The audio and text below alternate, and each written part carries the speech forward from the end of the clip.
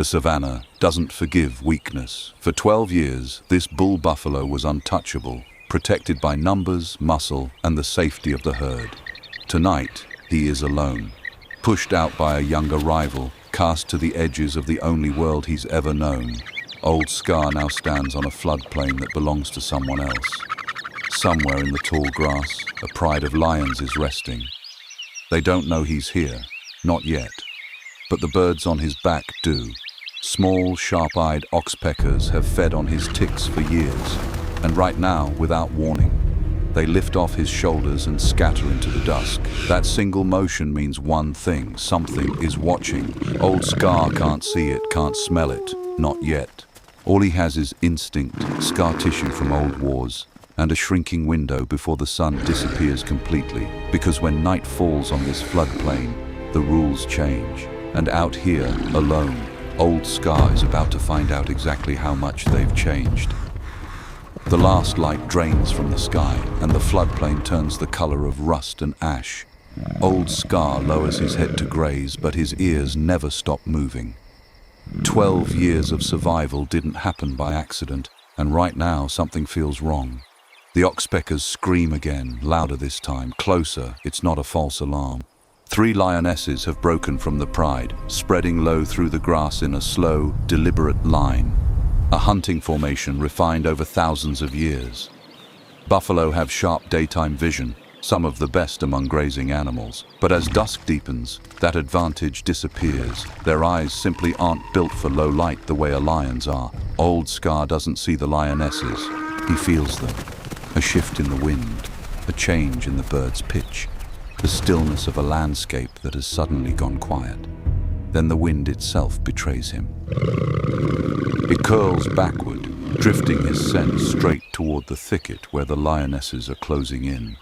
For predators that rely on staying downwind to remain undetected, this single gust hands them everything they need. Is cornered. He doesn't Now, wait to we confirm finish the this. threat. He If moves. you can, kitten. Not fast. His joints are worn, his stamina a fraction of what it once was. Running full out across open ground would burn through his energy in minutes.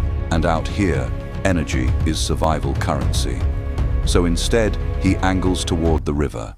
It's an old trick one solitary bulls use when the odds turn against them. Water forces predators to choose between an ambush and a gamble.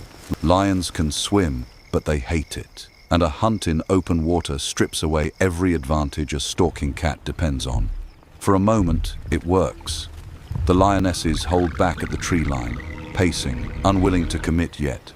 Old Scar reaches the riverbank and stops. Something is already in the water.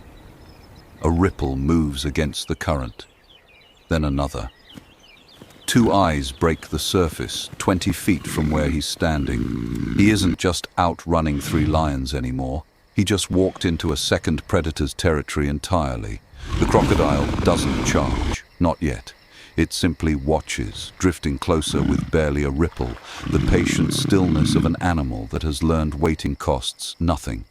Nile crocodiles are ambush specialists. They can hold position for hours, conserving energy most mammals could never match, waiting for a single moment of hesitation. Old Scar gives it none.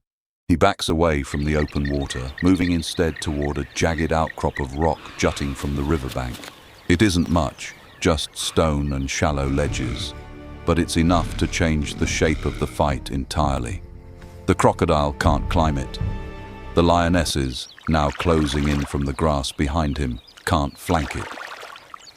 For the first time since the oxpeckers scattered, Old Scar isn't running. He's standing his ground, horns lowered, back pressed against solid rock. Only 1 lioness can approach him at a time through the narrow gap in front, and buffalo horns, curved and dense at the base, aren't just for show. A well-placed strike can crack a lion's skull or cave in its ribs. Every experienced predator on this floodplain knows it. The lionesses know it too. They pace instead of charging, testing the distance, reading his stance, waiting for an opening that isn't there.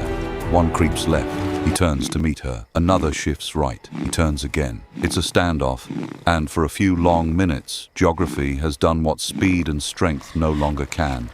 It's leveled the fight.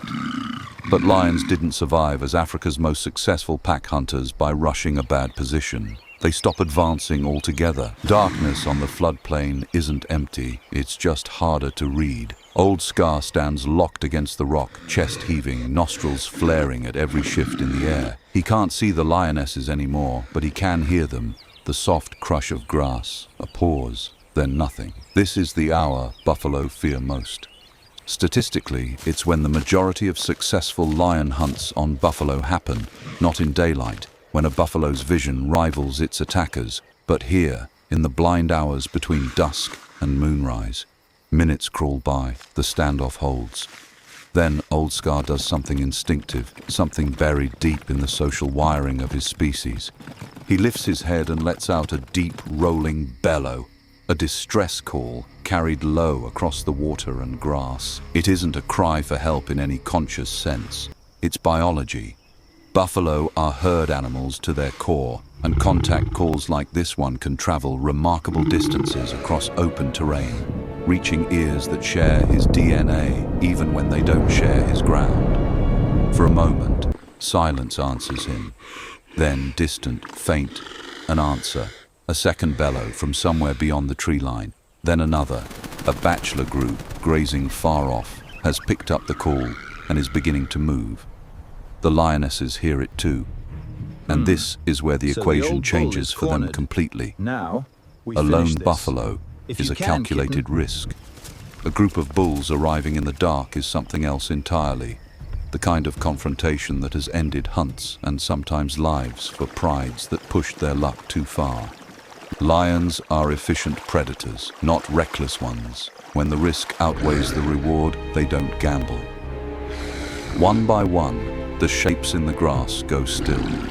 Then they withdraw, melting back into the dark with no chase, no confrontation, just gone, as quietly as they arrived. Old Scar stays pressed against the rock for a long time after they're gone, unwilling to trust the silence yet. By the time the first grey light touches the water, he's still standing. He made it. The bachelor group finds him at sunrise, grazing at the edge of a marsh, dehydrated, a fresh gash along one flank from the rocks he braced against all night. They don't greet him like family. There's no dramatic reunion. But they don't drive him off either. He falls in at the edge of the group, tolerated, alive, exactly where an old, worn-down bull ends up in a world that runs on quiet arithmetic, not sentiment.